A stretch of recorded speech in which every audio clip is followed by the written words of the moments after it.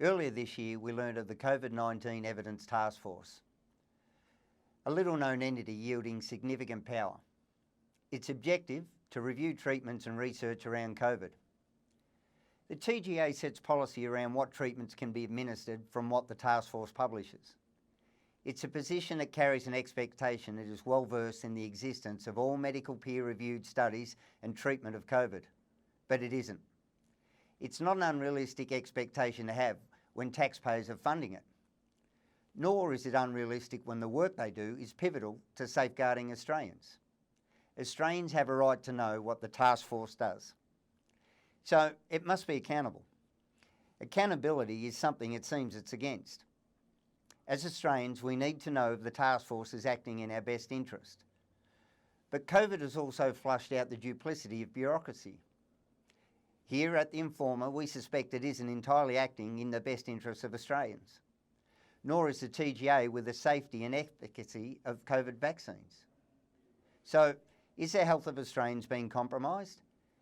This is the same organisation that states very few studies exist into ivermectin and that it isn't safe. The task force has quoted only 17 studies exist, and yet it validates remdesivir, a patented drug that has killed more than 417 people in a single year, compared to ivermectin's 16 deaths after 40 years. Misinformation is the cry of many prepared to engage in suppressing free speech. It seems the task force and the TGA is skilled in misinformation. Recently, we requested an interview with the task force's co-chair, Professor Julian Elliott. We wanted to understand why there's growing evidence around the safety and efficacy of ivermectin and its effectiveness to treat COVID. Overwhelming peer-reviewed studies contradicting the task force's position. We think it's fair to understand why there's insurmountable evidence flowing from global medical experts, and that evidence continues to grow. We spoke with leading expert in pulmonary disease care, Dr. Pierre Corey. Dr. Corey is a co-founder of the FLCCC. Corey appeared before the US Congress in December last year, pleading the case for the use of alternative treatments into COVID like ivermectin. Corey presented a manuscript with data from 23 trials involving thousands of adults into the use of ivermectin for both prophylaxis and treatment of COVID. Worldwide, there are 61 ivermectin trials involving 578 scientists and over 19,000 patients. Well, that request was denied. We were told Professor Elliott was happy to do a one-on-one interview only. We were then asked to provide our questions in advance, and we did. And again, we were denied.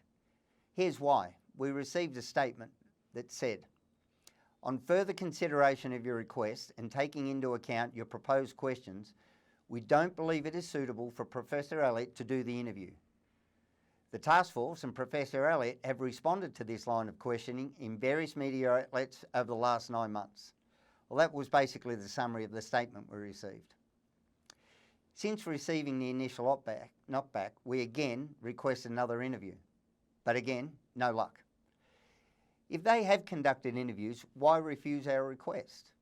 It's not good enough to not address what Australians would like to know or shirk their responsibilities as an organisation.